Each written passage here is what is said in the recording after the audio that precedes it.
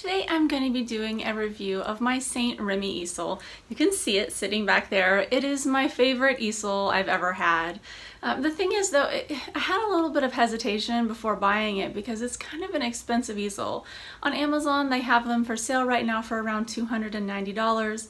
You can also get them at lots of different art supply websites. But the thing is that they're all really kind of expensive. I mean, when I purchased mine, which was I think 4 or 5 years ago, it was $250, so the price has went up a little bit. But even back then, for me as an artist, $250 was a lot to spend on an easel. Previously, I had purchased easels in the $100 range. $150 would have been the upper end. But what I learned over time is that the more money you spend on the easel, the better easel you're going to get. Because I would buy the $100 easels, which I'm going to do a video of, as I have like an easel graveyard in my garage and basement. So I have tried so many different types of easels. And the thing is that they wear out. You're moving it up and down, you're moving all the parts to it around, and then like the connectors wear out. Things just don't work on it anymore, or it's really hard to move, or sometimes the thing just won't hold the right kind of canvas, won't hold it at the right tilt or adjustment. And so it's really difficult to figure out, especially when you first start painting, which easel to buy and what's worth it. Due to the price, it's probably not the first easel that I would have wanted to start out with, but after that, I wish it would have been the second easel that I purchased after I got more serious about painting, because all the other ones were just like total waste of money compared to this easel. So now I'm going to give you a closer look. The thing I like most about this easel are these parts down here. You pull this thing out to move the shelf up and down, and it has these nice metal brackets. If you get an easel that doesn't have those metal inlays in the wood part where the brackets connect to hold up that shelf on the easel, it's just going to split apart. So in a future video I will show you an easel that did just that.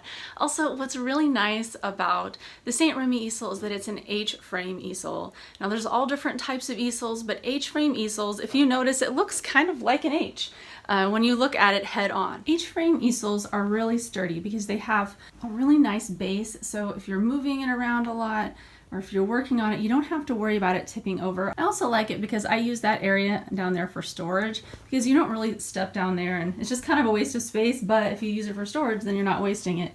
Now this part, we'll look at the back of the easel, it has all sorts of different adjustments that you can make. It has wheels at the base and they lock, and the wheels are good enough that you can scoot it around on carpet, but it is heavy, so it does take some effort. You can also lay the Saint Remy easel flat. So I don't usually use it flat. What I do is I have tables next to it, one of which my cat's sitting on, that I usually use when I'm painting flat so that I don't have to readjust my easel because I have it set up so it's just the way I like it. That said, it's really nice to have the flexibility that if you want to lay the easel flat, you can. You can also adjust the tilt in all sorts of different ways, anywhere from flat to kind of 45-degree angle straight up and down. But the thing is, you can't tilt it forward. And this would be a downside for some people who like to work that way. It doesn't really matter to me, as I don't use the easel for that. I never paint tilted forward, but I know some people who paint with different types of mediums and use different mediums other than acrylic paint, like me, a lot of times like to do that. Some people do it just so that they don't see sheen on the paint from their lights.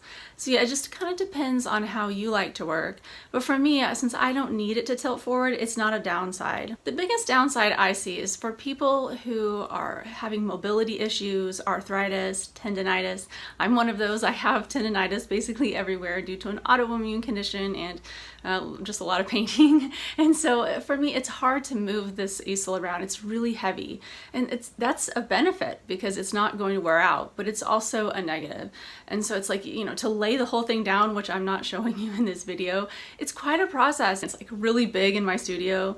And that's the other downside, is that it takes up a big footprint. I've seen H-frame easels that have a lot less of a footprint. And what I mean footprint is by just how much the base, and when it's folded up like that, how much space it's taking in your studio. If you have a really small studio, then this might not be the easel for you.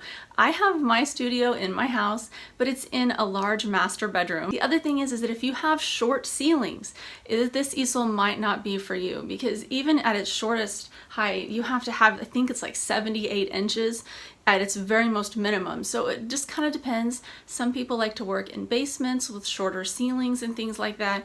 So where you're at is important. So you want to measure the height of your ceiling to make sure that it'll fit. Also, it fits really large canvases, which is why I purchased it. But if you want to use it for a larger canvas, then you're going to need a really high ceiling, like a vaulted ceiling, or be in a loft or a studio space with really high ceilings, not a normal ceiling in a house. So it just kind of depends on how big you want to go. But for my uses, I've never had it not work in like a normal height ceiling in a normal house. I just set the canvases right on here. They normally come with these like connector pieces. I don't know what they're called, but they have little screws on them. And a lot of people like to smash the top of the canvas in between this, so that way it stays in there really sturdy. I don't worry about that because I painted a little bit of an angle and I just leave my canvas like that against it, and I don't ever see an issue. And that way whenever I want to move my canvas around, I don't have to readjust all these things. But everybody works a little bit different, so it has those connectors if you want to use them. I just don't use them. As for being concerned with it not fitting the height in a normal house, I've never had an issue, and I've used it to paint like a 60-inch tall piece on there, and I've never had an issue with that. But I don't use all the little connectors and everything to hold the 60-inch piece in there tight. So it just kind of depends how big you're going to paint, whether or not you're going to need like vaulted ceilings or really high ceilings to be able to use this easel. But it is something to consider if you're painting like really large.